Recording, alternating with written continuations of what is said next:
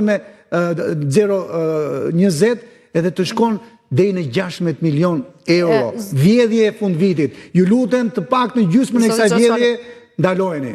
Kjo është thirrja ime publike. Dhe një tabel të fundit dhe pastaj të japim fjalën zonjës Nunaj.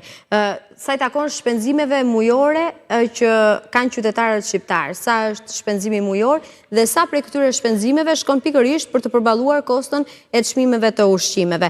Në fund të vitit 2024 ka rezultuar se mesatarisht një familje në Shqipëri shpenzon 93.000 lekë. Nga këto, më shumë apo afro 40% shkon vetëm për përballimin e kostove të ushqimeve me rreth 36.800 lekë. Kur shikojmë këto shifra, zonja Nunaj, që është edhe pyetja e fundit drejtuar juve, mendoni se ka ndonjë formulë në Shqipëri që mund t'i sjellë në normalitet çmimet dhe që mund të frenojë rritjen e tyre?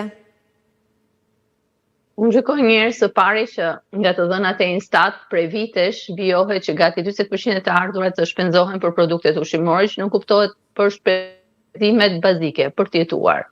Dhe kjo në këtë rast e bën edhe më të vështirë që familjet shqiptare të mund të mendojnë për diçka tjetër me të ardhurat e tyre përveç faktit se për të ushqyer.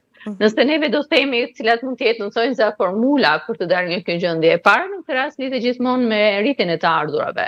Dhe të ardhurat individëve, sidomos ku kemi të bëjmë individ që janë të punësuar ose të vetë punësuar, lidhet drejt për drejt me rritjen e ekonomisë dhe me kategorinë e punëve që ofrohen.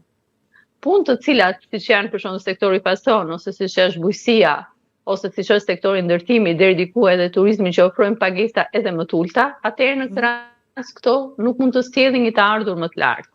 Nëse puna që neve quajmë të mirëpaguara, që janë punë të cilat kërkojnë individ të kualifikuar, siç kemi përmendur rastin e individëve që punojnë në sektorin e teknologjisë të informacionit, atëherë këto në këtë rast do thotë që qytetari sigurisht më shumë të ardhur dhe përfaqësoj nga ato të ardhur ai shpenzon më pak nga ky buxhet për ushqimet. Ndaj në këtë rast, nëse ne nuk kemi një ekonomi në nivel makro të qëndrueshme në aspektin e rritjes që të ofroj një mirëqenie për qytetar, pra të kemi një ekonomi e cila të prodhojë mirëqenie, e thënë në mënyrë shumë më të thjeshtë, atëherë ne në këtë rast nuk mund të pretendojmë që të kemi qytetarë që të kenë mirëqenie. Pra mirëqenia e qytetarit në mikro fillon nga mirëqenia e ekonomisë në makro.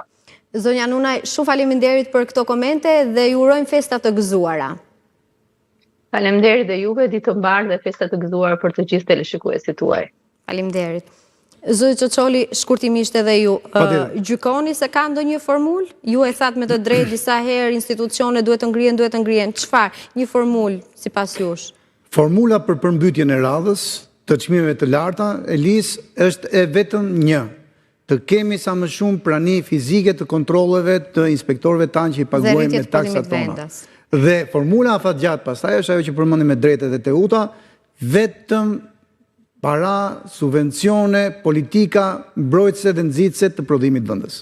Zoti Çoçoli, shumë faleminderit dhe festa të gëzuara. Faleminderit edhe për juve, për ekipin e gjithë televizionit dhe për gjithë qytetarët shqiptarë që na ndjekin.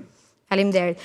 Shikues të nderuar, shumë faleminderit që na ndoqët dhe ju urojmë festa të gëzuara, duke qenë se ky është takimi i fundit për vitin 2025.